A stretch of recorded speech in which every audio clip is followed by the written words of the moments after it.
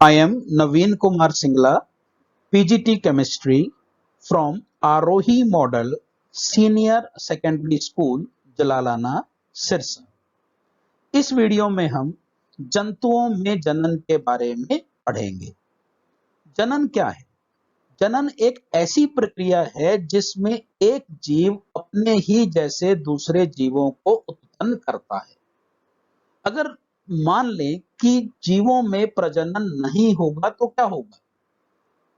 तो आने वाले टाइम में उनकी जो जाति है, जिसे हम स्पीशीज बोलते हैं, वो क्या हो जाएगी? वो विलुप्त हो जाएगी, एक्सटिंक्ट हो जाएगी।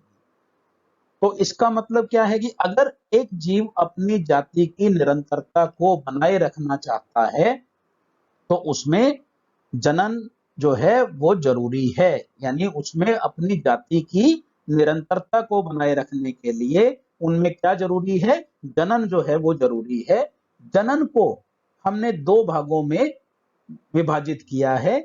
एक होता है लैंगिक जनन और एक होता है अलैंगिक जनन। तो आइए हम लैंगिक जनन के बारे में स्टडी करते हैं।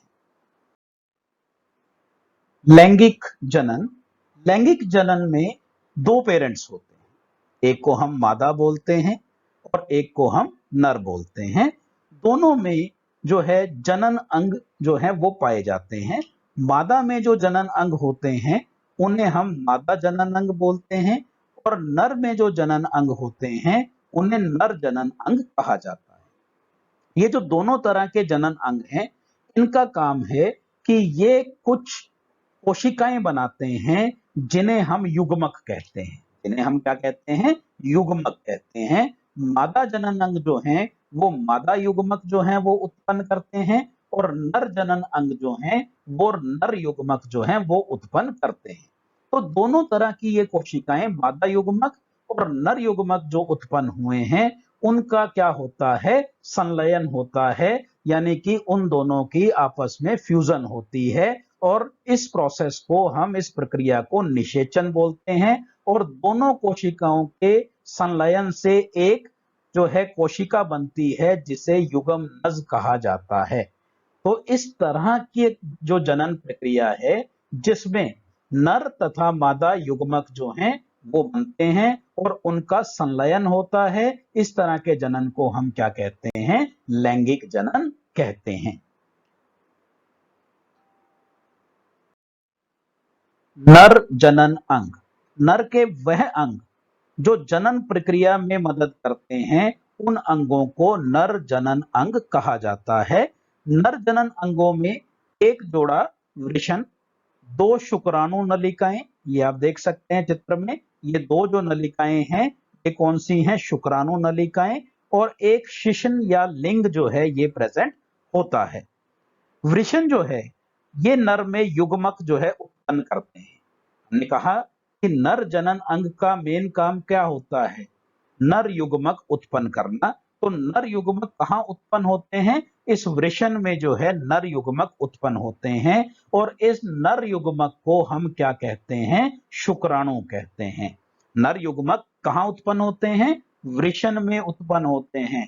कितने वृषण होते हैं नर जनन अंग में? दो वृषण होते हैं। एक जोड़ा जो है वो वृषणों का प्रेजेंट होता है और ये जो वृषण हैं इनमें क्या उत्पन्न होते हैं? नर युग्मक उत्पन्न होते हैं और इन नर युग्मक को शुक्राणु कहा जाता है। वृषण में लाखों शुक्राणु जो हैं वो उत्पन्न होते हैं। यहाँ आप साथ वाले चित्र में एक नर युग्मक या शुक्राणु का जो है वो चित्र देख सकते हैं। शुक्राणु जो हैं ये बहुत ही सूक्ष्म होते हैं। इन्हें हम सिर्फ माइक्रोस्कोप, सूक्ष्मदर्शी की सहायता से ही देख सकते हैं। ये बहुत ही सूक्ष्म होते हैं और प्रत्येक शुक्राणु में एक सिर होता है, एक मध्य भाग होता है और एक लंबी पूंछ होती है। और ये शुक्राणु जो हैं ये एकल कोशिका है, यानी ये एक सिंगल सेल है, एकल कोशिका है। और जो शुक्राणु हैं इसमें अगर हम देखें तो कोशिकाओं के सभी भाग इसमें पाए जाते हैं।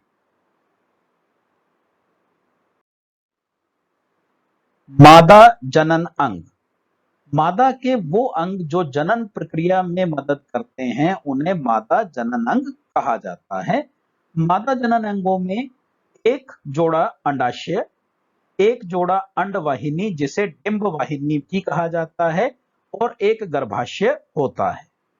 दो क्या हैं? अंडाशय, एक लेफ्ट और एक राइट, दो अंडाशय जो हैं वो होते हैं। दो ट्यूब की तरह जो है वो स्ट्रक्चर होते हैं, नलिकाएं होती हैं दो, और इन नलिकाओं को हम क्या कहते हैं? अंडवाहिनी या डिंब वाहिनी जो है वो कहा जाता है। और दोनों नलिकाएं एक नाशपाती लाइक स्ट्रक्चर जो है उसमें खुलती हैं, जिसे हम क्या बोलते हैं? गर्भाशय जो है ये बोलते हैं। तो अंडाशय की अगर हम बात करें तो अंडाशय का क्या काम है?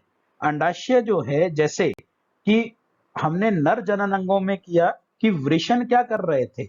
वृषण नर युग्मक उत्पन्न कर रहे थे। उसी तरह से मादा में ये जो अंडाशय हैं ये मादा युग्मक जो है ये उत्पन्न करते हैं, और इस मादा जो यहाँ पे युग्मक है इसे अंडाणु या डिंब भी कहा जाता है। क्या कहा जाता है? अंडाणु या डिंब बोलते हैं। मादा युग्मक कौन प्रोड्यूस करता है, कौन उत्पन्न करता है? अंडाशय जो हैं ये प्रोड्यूस करते हैं। और प्रति मास दोनों अंडाशयों में से किसी एक अंडाशय से जो है अंडाणु या डिंब का निर्मोचन अंडवाहिनी में होता है। यानी हर महीने दोनों अंडाशय से मादा युग्मक जो है वो रिलीज नहीं होते हैं। एक महीना अगर इस अंडाशय से जो है लेफ्ट वाले से अगर एक बार जो है वो एग का निमोचन हुआ है, तो अगले महीने राइट वाले से जो है वो जो है अंडाणु का निमोचन होगा। तो अल्टरनेटली जो है एक महीने में एक ही अंडाशय दोनों में से जो है वो अंडाणु का निमोचन करता है। और अंडाणु कहाँ जाता है? अंडाणु जो है वो अंडवाहिनी में जो है वो आ जाता है यहाँ पर। और इसमें अंडवाहिनी में जो है उससे आने के बाद जो लास्ट जो पोर्शन जो गर्भाशय है, यहाँ शिशु का विकास होता है। शिशु का विकास जो है, जो हम कहते हैं कि 9 महीने तक जो माँ है अपने बच्चे को जो है अपने गर्भ में पालती है, तो वो विकास कहाँ होता है? वो इस गर्भाशय के अंदर होता है। अंडाणु की अगर हम बात करें तो अंडाणु भी एक एकल कोशिका है। इसमें एक केंद्रक होता है। इसका जो साइज है वो शुक्राणु के मुकाबले जो है वो बड़ा होता है। और एक बात जो हमने और ध्यान रखनी है कि वृषण में एक साथ लाखों शुक्राणु जो हैं वो उत्पन्न होते हैं, लेकिन अंडाशय में एक महीने में सिर्फ एक ही अंडाणु जो है वो रिलीज होता है।